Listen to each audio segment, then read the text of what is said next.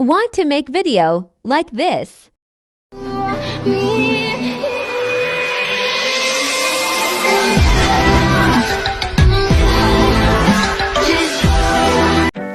the SuperVPN to connect it to Singapore. Link is in comment section or description. Click on it and it will redirect you to Capcut.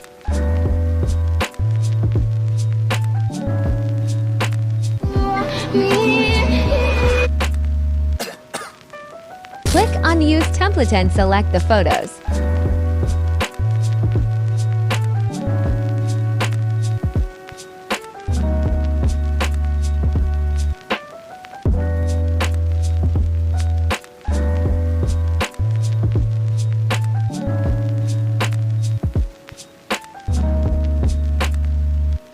Click on Preview.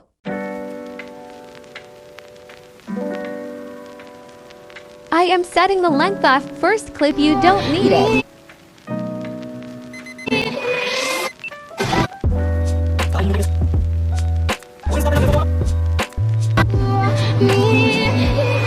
Just export without water.